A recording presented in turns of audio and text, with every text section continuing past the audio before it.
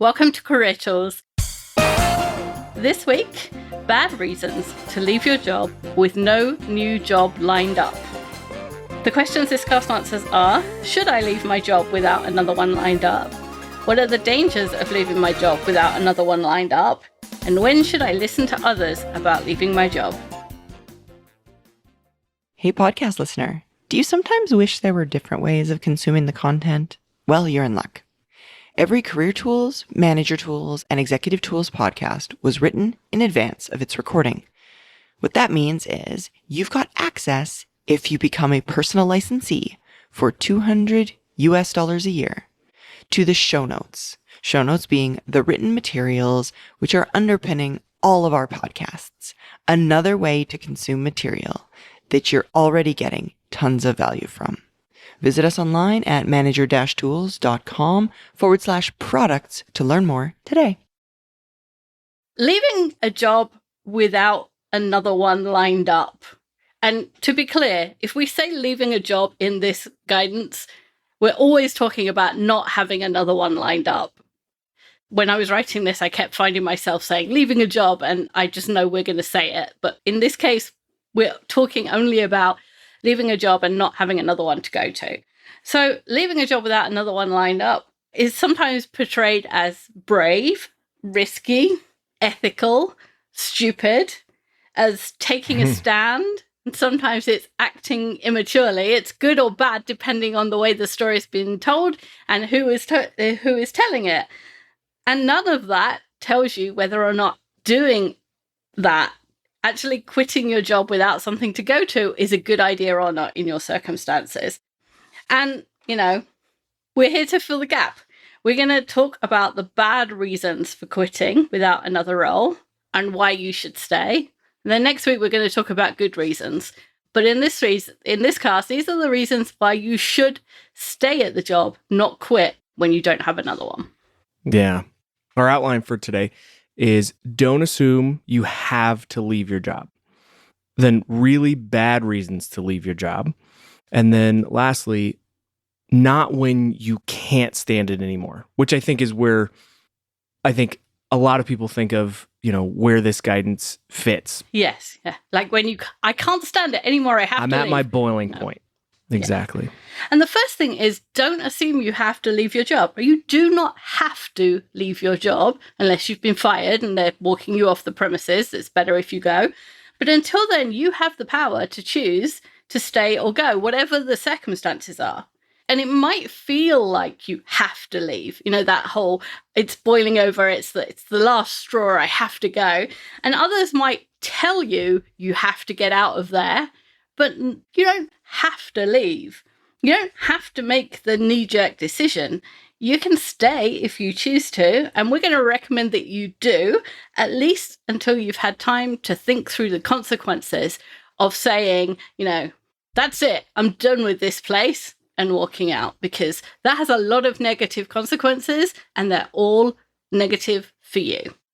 Yeah. I think when someone says, I have to leave my job, and I say, well, why? And they say, well, it's going to be really awkward. Well, that's not having to leave your job. No, right. That's having to deal with some awkwardness, right? But you don't have to actually leave your job. There's a huge difference between making a decision to leave your job and actually leaving your job. That's a big difference. And in many cases, the people who we talk to who have left without another job to go to, almost always they say they've been putting up with something, right? They've been putting up with some negative this manager or this ridiculous, like being underpaid, or this customer or whatever. Right. And then inevitably, however long they've been putting up with that, weeks, months, years, there's a straw that breaks the camel's back, and they're like, this is it. I'm quitting. And they quit with no job to go to. And that itself brings a bunch of subsequent negative consequences, not the least of which is you don't get paid. Mm-hmm. There's nothing, there's no paycheck there. And you don't have to be that person. You don't have to quit. No. And a couple of months ago, I think we recorded Horstman's first law of job changes, which is change when you want to, not when you're forced to. And we talked about the benefits of timing your job change or changing according to your own timetable, according to your own needs and wants, and not when you're forced to by the company or some other outside circumstances. And those benefits were things like you get to choose the job you go to. You don't have to take the first thing because you need a paycheck. You get to choose. You can take advantage of timing benefits like changing jobs during the school holidays so that your kids go to a new school in the new school year, for example. Mm-hmm. Yeah. Incentive payouts. All like those things. Yeah. You get to control the contents of your resume because there isn't that stopgap job on there. There isn't that gap because you left a job and then you couldn't find another one immediately. And then the umbrella one, yes. which is all of these and all the other ones, just in general, it's less stressful. Yeah. Million times less stressful to feel like you're in control of the process rather than being forced to go through it at someone else's pace. Exactly. The opposite negatives are true. If you don't have a job to go to, you have fewer choices as to what your next role will be. You miss out on being able to time the change. Your resume has a gap and a question mark over leaving this job, and it's more stressful. Absolutely. One of the most stressful things in life is trying to find a job when your family needs a paycheck. Knowing that there's a danger of not being able to put food on the table, or that you're going to have to, go into debt, credit cards or borrowing money from family or things like that, right? And that every single day that you are not hired or don't have that job, it just compounds the stress, right? It's exponential. And that's a situation we wouldn't wish on anyone. And one that we would hope that you wouldn't bring upon yourself. That kind of stress means not only are you dealing with all of that other stuff, but when you're trying to be at your best, when you're in the interviews, when you're on those, phone screens, that's when you should be your best self. But that's when you're going to be less of that if you're under that stress, and you're going to make worse decisions, and that has long-term impacts on your career. If it limits the jobs that you get or the opportunities you get, it's going to, that's going to have long-lasting effects for your career. Yeah, the idea that you're desperate in an interview is like being desperate when you're dating. It's not attractive and it doesn't help. So no. And from that title of that podcast, Not When You're Forced To, you might have only been thinking about being fired or laid off. And those people that leave jobs without something to go to often also say they were forced to, but they weren't. They were forced by their own emotions or the things they said or the things that they had to hold themselves to because they said, if you don't give me a pay rise, I'm out of here. And then they don't get a pay rise, they have to be out of there, right? Someone else's behavior sometimes. None of those are actually forcing them to leave. I was thinking about this. Think about an old Jane Austen novel in which the hero says, I'm forced to defend my honor. And we think of that as ridiculous and overblown and over-romantic and Jane Austen-ish. We don't actually feel the need to defend our honor or those of our significant others with jewels anymore. We still have honor, but we don't defend it with jewels, right? They're not actually being forced to have a jewel. Right. Any more than our friends leaving jobs are forced to leave jobs. They're making a choice, and one that could have serious negative consequences for them, whether that's, being shot in a duel or the negative consequences of leaving a job without another one to go to. Yeah. And what this comes down to is whatever you've been putting up with, if you've been putting up with it for weeks or months, then just resolve yourself to put up with it for a few more months until you make the positive choice, moving when you want to what you want to, right? Other people, your friends specifically, will recommend you leave far sooner and far more often than is best for you, right? They want to be the ones to, stick up for you and say, no, you should just quit. Yeah, you're better than that, Right. You're better than that. It's not that they want to give you bad advice, but because they want to give you some advice, right? Mm-hmm. Anything. And of course, the bottom line is they're not taking any of the risk of what they say to do. It's really easy to recommend that someone else skydives. Yes. Like, you should jump out of the plane Absolutely. with only a parachute. Yeah. Yeah, everybody should do it for their 30th, which Yeah. which I'm past, and therefore it Right. doesn't account for me. Did you? No, I didn't. No, but no. Exactly. everybody but me. Yes. So let's take an example that's egregious. So let's say there's a moment in a meeting where you believe you are about to be struck. Somebody is going to hit you. They are coming towards you with their hand raised and an angry look on their face. When you tell that story later, your friends will give you 2 pieces of advice. The first is about how to box and how to hold your hand so that the next time you hit the guy firmly on the chin and he goes down. And the second one will be, you have to get out of that job right now. In fact, you should leave today. Right. Quit on the spot. Yeah, in fact, while I stand here, just call your boss and resign. That's what you should do. But if we're honest, you're not actually 99% of the time in any real danger. Whilst, okay, the people in the meeting might be shocked when someone hits you the first time, but they're going to stop them the second time. Someone's going to come forward and go, "Oh, we don't do that here," or try and separate you. Or, in a professional workplace, someone is going to take action. You're not actually in danger of being in a real fight. Right. And where this comes into play with what we're talking about is you don't need to leave your job. You have other options, right? You can leave the room. You can leave the building. Just get to safety. Focus on that first, right? That's paramount.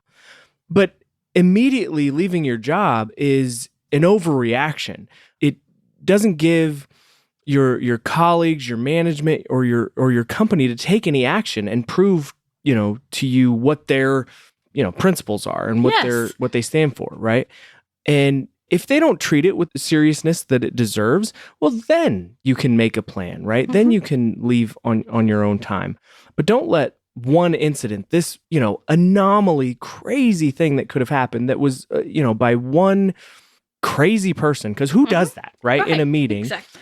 It's one crazy person. It's not a representation of the company. It's not a representation of everything that goes into your job. It was just one weird one-off. Don't let that derail your entire career, or certainly the next year to 2 years of your career, where Exactly. it's going to be rocky. It's going to be stressful. Yeah, look at the whole Will Smith smacking Chris Rock at the Oscars, I think. Yeah. it was And the just Oscars. how shocked everybody was by that. And I think if he had not walked away immediately, then something, people would have stood up and I think it happened so quickly, and he was walking away before anybody really registered that it wasn't a joke. But the fact that people were that shocked by that happening just goes to show how rare that really is.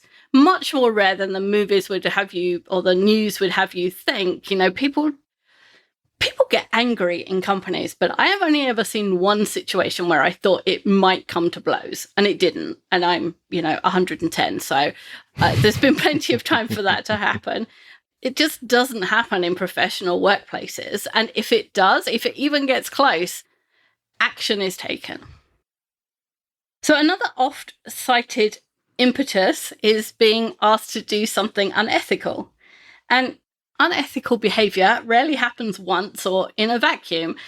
Enron, which is one of the most famous unethical things that's happened in a while, unfolded over 3 years. There's plenty of time in 3 years to find a new job and make a smooth transition. And it might be uncomfortable for a while, having been asked to do something unethical and having said no.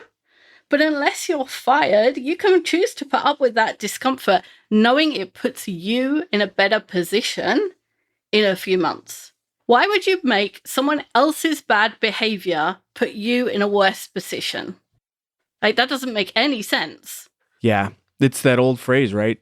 Cutting off your nose to spite your face. Exactly. That just doesn't make sense. No, and if they're doing something unethical and you take their money for another few months to put you and your family in a better pace, there's nothing wrong with that. Like, they started it, as we always tell our mothers. It was him. Well, I'm going to finish it. But that's not how it works in the grown-up world. In the grown-up world, you can, with good conscience, continue to take their money until you put yourself in the position of having something better to go to. Absolutely. Time may be running out on getting your copy of the Effective Manager book. Not because the Effective Manager book has been discontinued or because being an effective manager is somehow no longer important, rather because we're in the second draft of the Effective Manager. With the new version, means the old version will soon come to an end.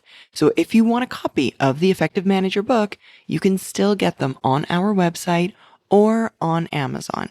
The Effective Manager book. Get your copy today. Our next point in our outline is really bad reasons to leave your job. And the internet might be the next place you turn after consulting your friends on whether you should leave your job or whether you're putting up with something should lead to you leaving your job. You may have heard this before. We've said this a few times. The kind of guidance that you find on the internet is not surprisingly poor. This section in our cast here is not as actionable as the rest of our guidance, but we hope that this will give you some ideas for what not to take action on, like things not to do. And so for these reasons which we've cited are terrible reasons to leave your job without something else to go to. And my favorite is the first one. When I saw this, I died laughing. So it's, you want to pursue other interests. And I immediately said, in the words of Inigo Montoya, as Mark would say, I do not think that word means what you think it means. Mm-hmm. When someone leaves to pursue other interests, it means they've been fired. Like when the CEO leaves to pursue other interests or spend time with their family or donate time to charity or any, they're all euphemisms for he's been fired. Like, it's a polite euphemism. It's not an executive who says, do you know what? I'm going to give it all up and go fishing. Like, that's not what's happening. And so if you leave your job because you want to pursue other interests, you're telling the world you've been fired when you haven't. That makes no sense.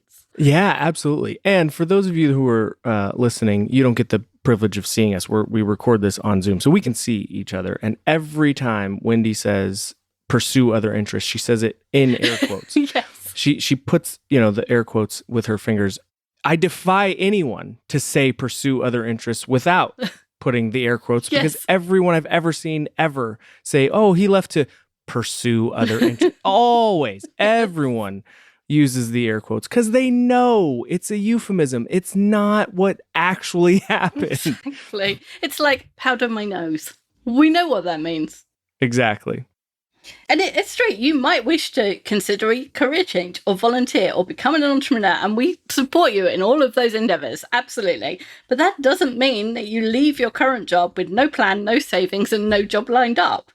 Even if you're leaving to start your own company, you technically have another job lined up because it's the job of being in charge of that company.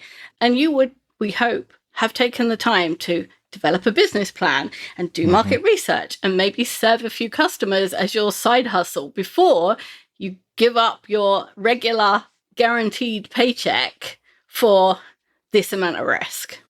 Yeah, it doesn't need to be all or nothing. No.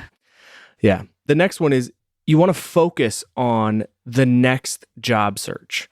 I agree that the pursue other interests is my favorite, but this one is really interesting because so many people handle a job search while they are currently working. Yes. Yeah, probably like 90% of people.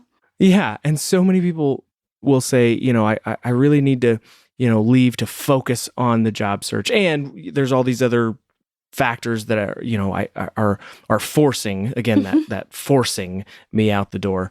But leaving your job without another one causes a gap on your resume. And that's a gap that you're going to have to explain. And the worse you are at explaining it, the longer that gap will be. Yes, exactly. And so, the explanation that you needed the entirety of your 40-hour work week to look for a job, would sound to a recruiter like you're either incredibly bad at time management or you're covering something up. You're not being truthful. And no one wants an untruthful employee, but also no one wants an employee who can only concentrate on one project at a time. That there's no job out there that you're not going to have to be able to handle competing priority. Yeah, it's funny. And some people use this phrase thinking that they are fully engaged at work and they therefore have no time to conduct a job search.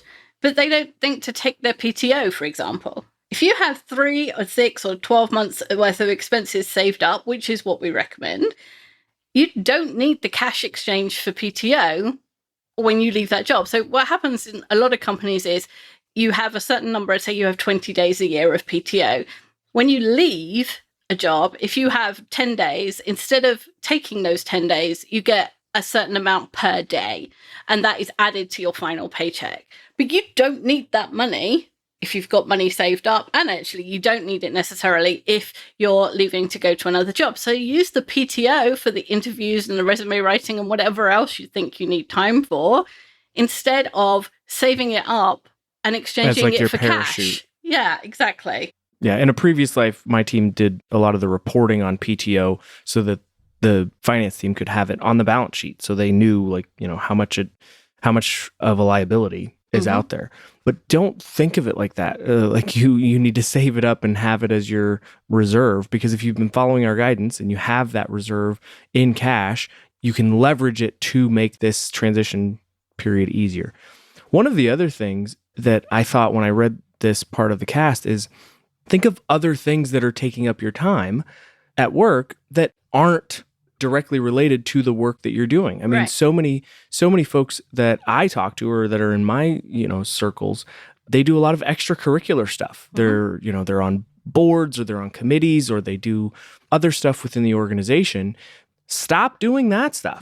I mean, take a break. Say, there's a lot going on in my division and I'm going to take some time away. I'm going to, take 2 months and not go to these meetings. Do that. Yes. Or if you're on things like the PTA at home, like you can say, Yeah. you could use that at work and you use home, you use them vice versa, right? Say, hey, there's a lot going on at work. I need to not come to the meetings for a couple of months and use that time. Totally. And if you're otherwise fully engaged, loyal, dedicated, giving them your all until the last day that you're there, then you have nothing to feel bad about taking the time that you're owed to do the thing that furthers your career. It's a fair trade-off. If you're giving value, the value that you owe them versus your salary, then that's how that trade works. You don't owe them the rest of your life. You don't owe them never to change. It's a balance. It's a trade-off, and it's not the whole of everything. Yeah, if for some reason anyone listening to this has it in their head that because the PTO that they're using is from the company, that they have some sort of moral obligation not to spend that time trying to find another job or working on another job, you have to get over that. You have to set that down, because that's not the case. That's your time to do whatever is beneficial for you. And sometimes that's spending time with your family, going on vacation. And sometimes it's investing in yourself, doing self-development. And part of that is working on your resume and, warming up your network and, doing the things that help you in a job search. There's a concept in the UK that they don't have here in the US called garden leave. And so if you're in a job where sometimes it's layoffs and timing, but often it's like a sales team where you're going to a competitor, and so that you might be able to steal the customers, or you might be given information that you could use in the new job. It's better for the company to say, look, we just leave the offices. It's safer for us to know that you don't know this information that's a competitive secret, given that where you're going. And it's not usually bad. It's not a nasty thing. It's just a legal safety thing more than anything else. And so what you do is you resign, and instead of working your month's notice, you go home and you stay at home and you're paid for that month. And they still pay you. Yeah. And it's called garden leave because you spend it in the garden, soaking up the sun if you time it well. And that, again, is like, it's like taking PTO. You know, it could be seen as the ultimate extortion of the company. You know, they're paying you and you are doing absolutely nothing. But the reason they let you go or ask you to go is because there's a risk to them. And that money that they're spending on that risk is worth it to them, right? They have to spend money to give you PTO because otherwise nobody would work there, you know, and you get to spend it how you want. That's the way it goes. Absolutely. So the next reason is you want more education and or a career change, right? A complete pivot in your career. So leaving your job to go to school or start another career is perfectly valid. Yes. It's a valid choice to make. It does, though, kind of as we've said, require planning to be successful. So just leaving your job to take time to do that planning, or just leaving with the vague thought that what you might want to do is make a change or go back to school, just some nebulous back to school, you know, no degree in mind yet. That is the kind of thing that, this is going to sound diminutive, but that's what immature people do. It's what 22-year-olds do. Yeah, exactly. Yeah, it's what impetuous children do, right? But when you're an adult, this is going to sound terrible. People are going to write me hate mail. But when you're an adult, you don't make impulsive decisions. And if you're listening to this, if you're a Career Tools listener, you don't make impulsive decisions. No. And so that's what we're here talking about. And in most cases, or in a lot of cases, if you say you need to leave in order to study, you don't have a study problem. You have a time management, priority management problem. You know, The only jobs we've ever seen where you couldn't also study, at least some of the time, other, you know, VP, exec VP, CEO, C-suite jobs. In most other cases, someone somewhere has managed to study. And actually, it's easier if you're more senior because you have more money and therefore you can pay for childcare, you can pay for a car service, you can exchange money to make life easier. So if you think about it as an extra project in your life rather than study like school where that was the only thing I did between 12 and 16 or 12 and 18. If you think of it as an extra project, then you'll find the time for it. Think about remodeling your house, which is something that a lot of people do at the same time as going to work. And yet there's a million decisions to make and you have to be there. And, you know, if you're doing some of the work yourself, you have to do that in the weekends and the evenings. And yet people do it. It's just because it's a different kind of project. You think about them separately, but actually they're both doable. Absolutely. Again, it's not an either or. No. And when was the last time you heard someone, I left my job because I needed to remodel my house? Oh, yeah. No one's ever said that. No. And if they did, you would say, what? What is wrong with you?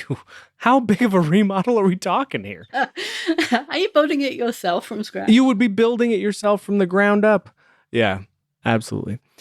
Our last point here is don't leave when you can't stand it anymore. The time that you hear yourself saying, I just can't stand this job anymore, is not the time to walk out of your current job without another to go to. This is the time to renew your search, freshen up that resume, right? Dust off your, maybe some cold relationships in your network. Reply to the emails that are actually in your inbox. Right. Actually, go on LinkedIn for something other than scrolling. So again, most of us put up with things that we don't like in our jobs for weeks or months before we get to this state. You can stand more than you think, and you've stood it till now. You can stand it for a few more weeks or months in order to make the change that you want to make, not the one that your boss's ridiculous behavior has led you into. Yeah. In his book, The 7 Habits of Effective Families, although I thought this was in The 7 Habits of Effective People as well, but Stephen Covey writes, in the space between stimulus, what happens, and how we respond, lies our freedom to choose. Ultimately, the power to choose is what defines us as human beings.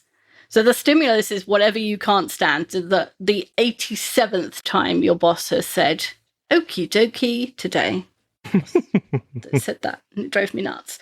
and your response. So the stimulus is what you can't stand, and the response is what you choose to do. And you can choose to leave the room where your boss is saying okie dokie for the 18th time, or you can leave your job, and leaving your job is the one with the negative consequences. And actually, a lot of the time, if you say to yourself, okay, this thing drives me nuts, but I am going to stand it until I find a job that I really want to go to, that pays the right money, that's in the location I want, and the hours and the interesting projects, I'm going to stand it. That actually, just that decision makes it easier to stand. Yeah. If you're really in a state where you legitimately think you may not be able to stop yourself from blurting out, I quit, and walking out. I mean, you're at that point. Take some time off. Take a day, right? Take a half a day. Get yourself out of that situation. Do something entirely devoid from your work. Get away from it. Don't even think about it. Give yourself some breathing room so as to not make a rash decision. Don't forget, though, that if nothing changes, nothing changes. You can de-escalate your feelings for a day or an afternoon, but if you find yourself in this situation now, you will find yourself in the same place again. So you don't just get mad and say, I'll get over it, right? If you're truly thinking you're going to get to the point where you're going to reach that boiling point and boil over, then start the process of looking and going down that place now. We're not saying here that you should never leave your job, but that you shouldn't leave impulsively without something else, without another job to go to, and hopefully a job that you want, not just the job you're taking because you're desperate. So on the other hand, with a careful plan and a better position to go to, in your transition plan ready to go, that's when you change jobs. And there's few good reasons to leave a job without another go-to, and we're going to talk about those next week. But if you're thinking about leaving without another job to go to, the number of bad reasons outweigh the good. So err on the side of caution. Wait, plan, change on your timetable, not someone else's. And remember, the best revenge is success, not walking out. Well said. Thanks, Andrew. Thanks, Wendy. That's all for this week. Next week, we'll be back with good reasons to leave your job with no new job lined up. Bye, everyone. Bye, everyone.